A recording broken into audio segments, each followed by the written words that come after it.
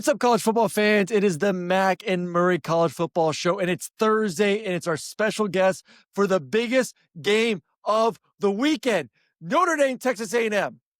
No, I mean Florida versus LSU. It was going to be Florida LSU, and then Florida lost, but we still think it's the biggest game of the weekend, so we bring in our guy, Chris Doering. You can see him every week on SEC This Morning, with our boy Peter Burns, and then all weekend long on the SEC Network, breaking down games. Does a terrific job, and as you can see, a Florida Gator himself. Chris, man, appreciate you joining us here to talk a little ball. Yeah, I'm glad you guys booked me before the Florida lost to South Florida, man. I would have got bumped had we known that this was going to be the result, man. No, man. It is unfortunate, right? We thought this was going to be a huge thing. No, I'm just kidding. It still is. It's still Damn you, Florida! Yeah, What the heck, these CD? play. Anytime they play. You guys know, I mean, you mentioned Peter Burns and like PB's the pest we love to hate, and it just takes a little bit of the shine off of our bet, man. I'm not nearly as optimistic as I would have been otherwise, but Right. we've got the bet. We're going to roll it out on Friday, and hopefully maybe something good will happen for the game. Good. Okay. So, well, first of all, I'm glad you acknowledged the pest you love to hate. I love that. That's true for a lot of people. But okay, so you can't disclose the bet. So that was going to be the first thing I asked you. It's got to be top secret till Friday. Yeah, we're rolling it out Friday. Okay. And the problem is like fair. every year the pressure to come up with something better, it grows and grows. And this year, the LSU game was always, later in October and November on our schedule. Now it's the first SEC game of the year, week 3. So it got up on us quickly. And so trying to figure out something, I don't know if I think the pinnacle probably was the baseball uniform that I had to wear. Full thing. It was unbelievable. Yeah, it was tough out in public too. I mean, that was our number one smash. But from there, I don't know how we live up to that, man. Well, let me ask you this. Has there ever been anything brought up where you're just like, all right, Pete, like, calm down, dude. We're not doing that. There's all kinds of stuff brought up. Oh, there is. Okay. I'll give you one, and this is how big an idiot he is. You guys know this, like having played, we understand what the dynamics are dealing with coaches. Like, so he had this idea, which I didn't think was a bad one, was the loser had to dress up like emo, with the whole, makeup outfit, the whole thing. But then he came up with this idea that you had to come up with a poem that you read to the opposing coach. I'm like, the coach, they don't give a damn about it. Like, right, we're not reading a poem to the opposing coach, right? Brian Kelly and Billy Napier, regardless, either of them aren't going to be entertained by that. They want to get off and they want to get back to work. I don't know. I think they would. I think it would be playing throughout the facility at either Florida or in Baton Rouge. 100%, they'd be playing it. You guys know this, man. Like I've had to do interviews with, Brian Kelly in a clown outfit. I originally did an interview with Will Muschamp in like Mr. Peanut outfit with a monocle in. I mean, it's tough to ask questions and act normal while you got a monocle in.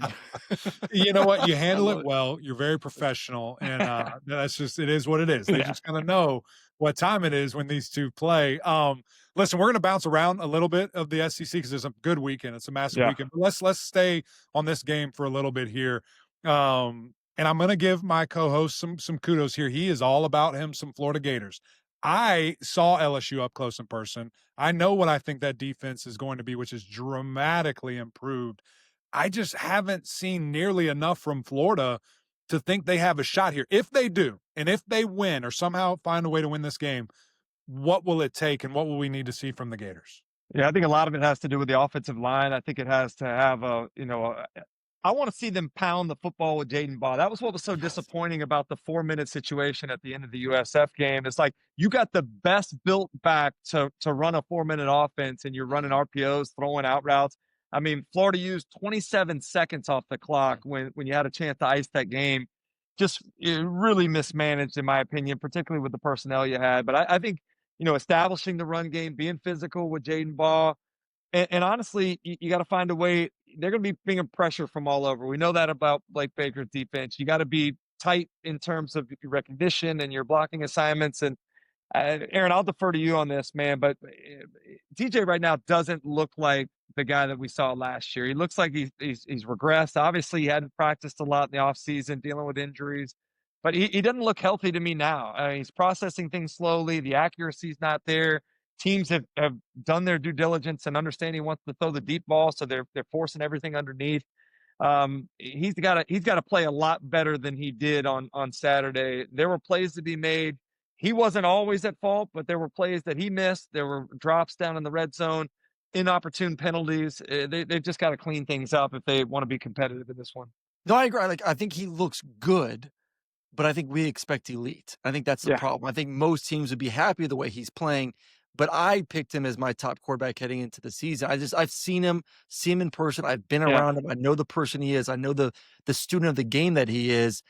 I was expecting elite, and we have not seen anywhere near elite. We've seen good, and I Aaron, know that has to be driving him crazy. you've seen the QBR rankings in the SEC, right? You know who the bottom 3 are, right?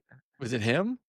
He's 14th. Lenora Sellers is 15th, and Zach Calzada 16th. So two Heisman Trophy favorites at 14th and 15th. Obviously, there's a long way to go, but I think both of those guys, I don't know if it's the pressure of the expectation coming into this year or what, but it has not materialized to this point, and maybe this is the week to turn things around. And we did our other show the other day, previewing all the games in the weekend, and I was like, this is still a good roster. My big question is, do you go in the crapper after losing to USF, or is this a moment you live in Gainesville, CD, you've been around the program, you know Billy, you know these players better than we do, and just football in general, like, or is this a moment where it's like we're on the road, we're in a hostile environment, everyone's talking crap about us? Like, is this truly like that bonding moment that brings the team together for the rest of the season? I think this team has deserved the benefit of the doubt after what they did last year. I don't think I've seen a more remarkable in-season turnaround than what they went through. I mean, they were getting drubbed. It was 42-0 at halftime against Texas, and you know your athletic director's already said you're riding and dying with Strickland the rest of the year. Somehow they keep that locker room together and find a way to win the last 5 games of the season. And that momentum is something that had Florida fans believing that they were a college football playoff worthy team this year. Now, there's a lot of negativity around here. Everybody wants to know, who's going to be the next coach? What's the buyout? I give them the benefit of the doubt because they were able to block out the noise last year. But I just worry that this thing could get off the rails pretty quickly because the Florida schedule was already difficult. But then you look at USF, how good they appear to be. Look at what Florida State looks like this year. Look at what Miami looks like. Even Mississippi State, much improved from where they were. Like, I don't see a gimme win on the schedule. So what I thought was going to be maybe an 8-4 season could easily turn into a 4-8 season if you're not careful. Yeah, you got to be careful. And I think that is we are seeing right now this season, it feels like more than any in history, where NIL transfer portal is even in the waters, and guys can't just hold on to these rosters full of 5 stars and say, hey, wait your turn. Couple of years, you'll be the guy. They're going somewhere else, and they're playing and they're getting paid right now. And I think that's why we're seeing everyone elevate their play, and we're seeing these upsets, and we're seeing guys of that nature. Looking on the defensive side of the ball, I think that's where we got to take a big step, and you can make some impact in this game. Listen, that first game, LSU's offensive line looked great. They did not let Nussmeier even get sniffed by the defensive line of Clemson. Then here comes La Tech, and they sack them 3 times. They hit them in the backfield a ton. I think they had 9 or 10 tackles for loss. Florida certainly has better pieces than that. How can they force the pressure? Do you want to see more chaotic blitzes? What do you want to see defensively going against this LSU Tiger team? Well, you should have Caleb Banks back this week. That'll be a big benefit in the middle of that defense. But one of the reasons why I think Florida started to play better later in the second half of the year is that they changed what they were doing.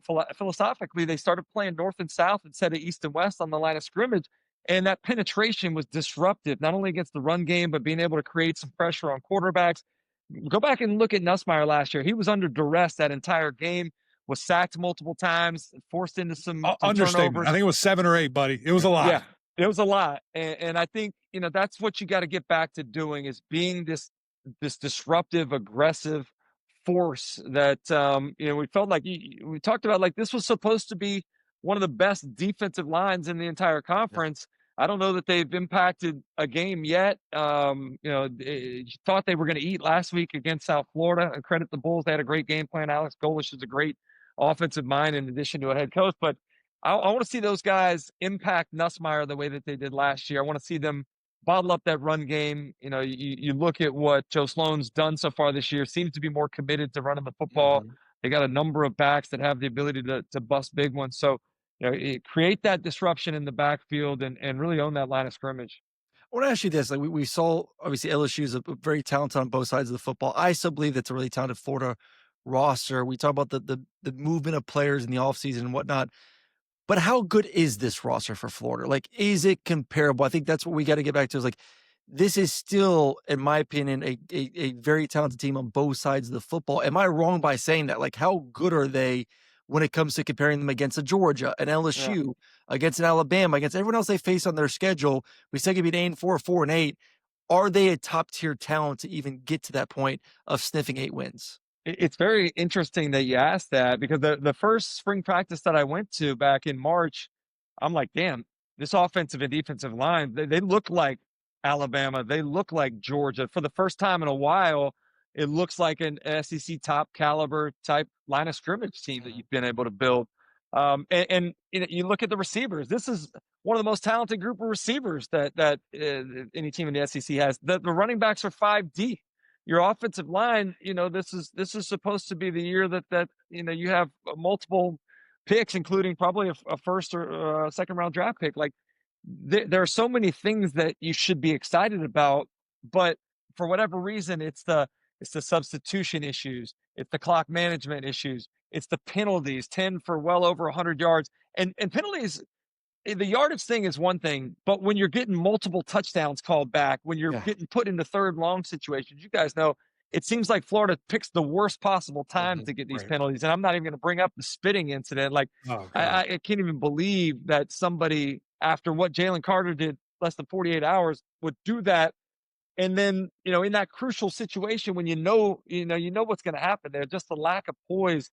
There needs to. I think what is missing, guys, is a real alpha in that locker room. Somebody asked me what should the punishment be.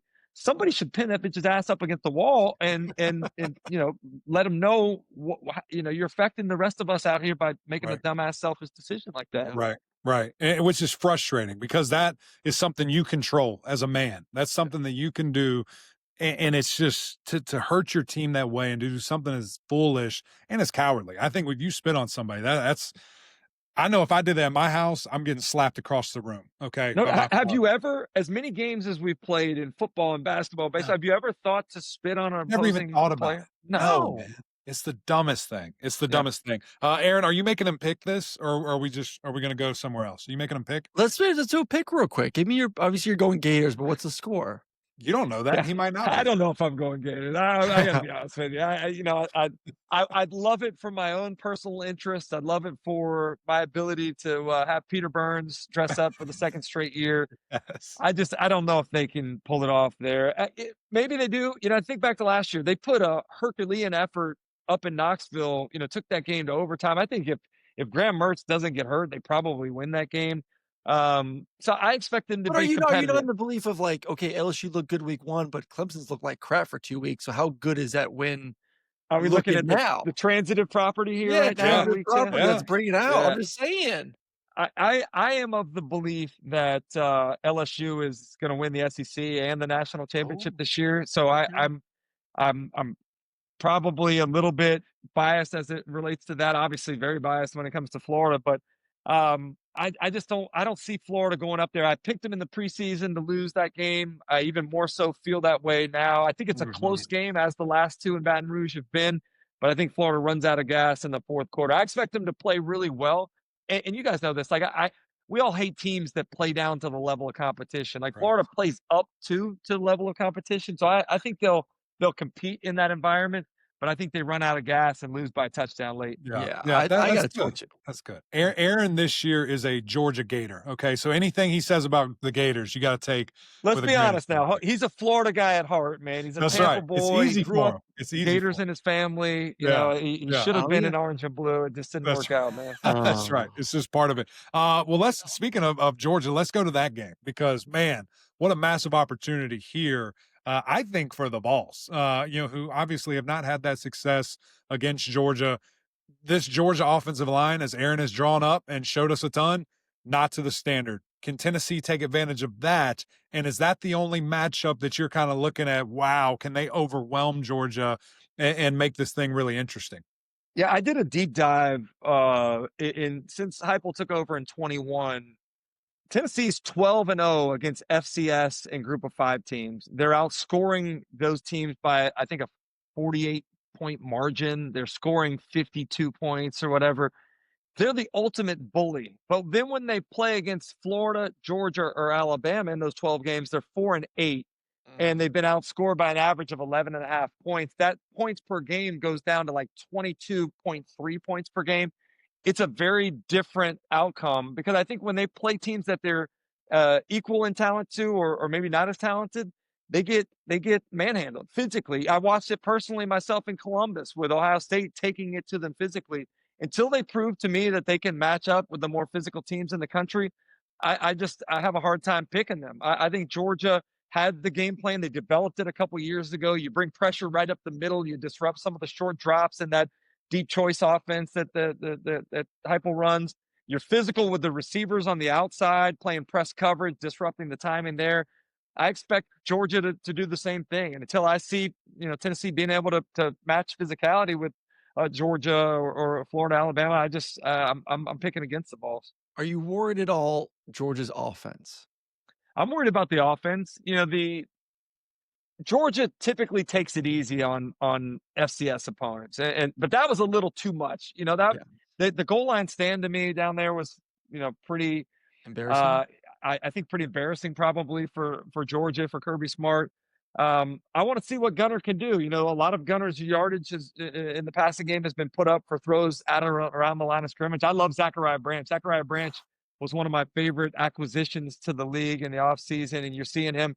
Aaron, he reminds me a little bit of Isaiah McKenzie in the way that they utilized him back in the day. So I'm excited to see if a team decides that they're going to force Gunner to throw the ball, can he beat them, taking shots down the field? You probably know that better than I do, having been in practice. But until we see it on Saturday, I'm hesitant to believe that as well. Yeah, it'll be interesting. It'll be interesting. Another game that your co-host, your buddy Peter Burns, thinks A&M is just going to be the talk of the world after this game, as the Aggies head up to Notre Dame land and play the Irish, who had a bye week. They had the loss. It wasn't a bad loss, but they had a loss. They just got to sit on it. They've been waiting a year. Then you got to bye right after you lose a game, and what they're feeling, is it anger, is it frustration, is it sad? Whatever you're dealing with, you got to deal with it for 2 weeks here. How does this game go to you? Because I'm under the impression that the Aggies defense ain't what you think it is. I mean, these guys, everybody's scoring on them early. It's not like trash can time. And I think Notre Dame is pissed, wants to make a statement, and I think they do that against the Aggies. You make a good point about Texas A&M. They're certainly not what they were defensively last year. But I don't think Notre Dame's the same team they were last year either. I think both of them have taken a little bit of a step back. The problem that I have with A&M, Mike Elko is a defensive guy that preaches physicality that on both sides of the ball. Like UTSA ran for over 200 yards against those guys. I'm yet to see a full 4-quarter performance from Texas A&M, particularly on the defensive side. So I need to see them do that in a hostile environment. I think Marcel Reed, they went out and got, 2 of the best receivers they could have in the portal. Casey Concepcion and Mario Craver have been fantastic 2 weeks in. I like Marcel Reed an awful lot, and getting Le'Veon Moss back healthy this year, I think will be a big benefit for who they want to be from a physical standpoint. But for whatever reason, I think Texas A&M gets some revenge. That loss they suffered at home in College Station has sat with them for 365 days, and now they get a chance to go back out there and get a little bit of a payback. So I'm taking the Aggies there. I'm with you. I like the offense. I know the defense is like Emac said, has some improvement to do, but I'm still not sold on Notre Dame. They got to figure out a way to give their star running back the ball some more touches. Who's been big picture here? SEC. Who's been your biggest surprise through the first couple weeks? Has it been maybe the way Vanderbilt's looked on offense? Has it been Missouri as a football team? Has it been the disappointment of maybe Alabama or Georgia or someone else? Like, what's been your biggest takeaway to the first 2 weeks? Well, first and foremost, I want to pat myself on the back because everybody laughed at me when I said John Mateer was going to be the Heisman Trophy winner when I was at. I remember you saying that, and I was like, "Here we go! I like it. Here we go. Give him the trophy, Aaron. Give him the trophy now." Yeah, a long way to go. I love that guy, and I'm worried about him with as much as they had to run him. I mean, staying healthy throughout the entirety of the year with some of the hits that he was taking is going to be tough. But I like this Oklahoma team. It's not a surprise to me where they are right now. I would say the big surprise, you mentioned Vanderbilt. It's not the offense that's surprising to me, it's the defense. I don't know if you guys have had a chance to go back and watch the tape against Virginia Tech. Now obviously, the right tackle, or excuse me, the right guard for Virginia Tech, that was not a great performance from him. But I think a lot of it had to do with the quickness and physicality of the Vandy defensive front. Those guys fly around, they're physical. They remind me a little bit of South Carolina's defense last year in the way that they play team defense. I'm of the belief that they go into Columbia this week and pull off the upset. South Carolina's not playing the best right now. I think Vanderbilt goes in there. I think they're a complete team. We know what they are from Diego Pavia and Eli Stowers and those guys on offense, but it's the defense that's really surprised me the most. And I think they're going to pull off a big one on Saturday night there at Williams-Brice. Yeah. Hey, listen, I'll pile on anytime we want to talk bad about the Gamecocks. Let's go. What do you think's up with them? Because I thought they were going to have a really fun year, kind of similar to Clemson. Like both looked okay in the opener and then just had hangover games in the second game there. And, you look at what Lenore's has been able to do. I just need more from him, and want to see him be Superman, which I've seen spurts. I've seen plays where I'm like, my God, this guy's unbelievable. But as a whole, the team, and maybe we didn't give enough credit to what they lost. What's kind of your synopsis on? Well, I think you're right about that. What they lost on the defensive line was significant, and certainly, Dylan Stewart being the only one back on that defensive front, he's getting a lot of attention from opposing offensive lines. But I think a lot of it has to do with our expectation, right? Disappointment comes from what we think somebody else is. And I would go back. I want to say, was that the first or second game last year? They almost lost that. Who was it at home? Was it James Madison or somebody? ODU. That's who it was. Yeah. Almost lost. I was on the call in that game. That was awful. Yeah. I was on the call. I was like, they're going to lose this damn football game. Yeah. And let's be honest, the South Carolina State game, they were delayed for 2.5 hours. They're playing against an FCS team. Like, I don't know that we should put a ton of stock in what happened in that game. And maybe they come out and they live up to the hype this week. But I think this is going to be a real challenge for them. And I love the fact Clark Lee was on with us on Monday. He mentioned what a great tune-up for going to Williams-Brice. In Blacksburg, you get, a pretty similar experience there with the Rockets crowd. These guys are ready. They were down 20-10 and found a way to come back. That second half, I don't know if you guys saw the stats, outscored Virginia Tech 34-0. I think they only gave up 38 total yards in the second half. Virginia Tech was 0 of 5 on third and fourth down. Sure. And I think I want to say Vandy had the football for 22 minutes and change. It was the most dominant performance I've seen in a long time. Dude, I mean, Pavia is the F it mentality at times, which is a little reckless. But I thought he looked better this year throwing the football for the first two games. Yeah, especially down the field. The throw down the left sideline, it was a one-handed catch. I thought the receiver did a great job of holding off the corner and letting the ball fall in his lap. But I mean, it was great placement there, and he really feels comfortable in that offense. Obviously, having played in it back in New Mexico State, but what he's doing, I agree with you, Aaron. Throwing the football, he looks much sharper than he did last year. And I think I asked Clark the other day, like they're intentionally not running him as much, trying to keep him healthy, because in the second half of the year he was banged up. They ran him far too much. I think you're seeing him make a concerted effort to get everybody else to run some of the load and not have him have as much of a beating this season. All right, CD, before we let you go here, obviously you have LSU as your top team. A lot of faith in them, and I think a lot of people do based on what we've seen so far. Who's your number 2 team right now? I feel like there's a jumble of teams from Oklahoma to Alabama to Georgia, Missouri. I mean, there's a bunch of good teams. Kind of. Did you say Alabama is number 2? Did you just say that? No, I'm listing off teams that could make a case for being number 2 during the season. We actually Who is your 2? for SECsports.com, we are doing our weekly power rankings. So I'm pulling it up right now. I had LSU at number 1. I had Oklahoma at 2, Tennessee at 3, Georgia at 4, and Texas at 5. I got my Gators at 15 right now. Yeah, Tennessee had Georgia, but Georgia's going to beat Tennessee. I agree. Yeah, I think so. But right now, what I've seen from them so far and the competition that they've played, Tennessee deserves to be ahead of Georgia. Yeah, I agree. Yeah, I agree. It makes sense. I like that list. That's fun. And Aaron has said this, like it's wide open race, it feels like. And maybe LSU is separating and they lock up one of the spots in Atlanta, but it feels like all bets are off and who knows, who the heck ends up there. Which is fun, and that's exciting. It is. Last year, we had this year where, that middle of the pack was bunched up. There was probably 7 or 8 teams that were with it in a game of one another. I like having, it's like the NFL, man. The longer you can have teams involved and the fan base is excited, it's a lot of fun. But I definitely think it's gonna.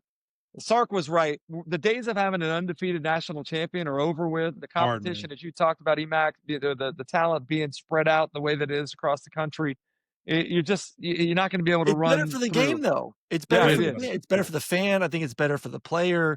I think there's things that need to be cleaned up from. I would say more from a transfer portal issue of guys you're not being able to bounce around like jelly beans every opportunity they get.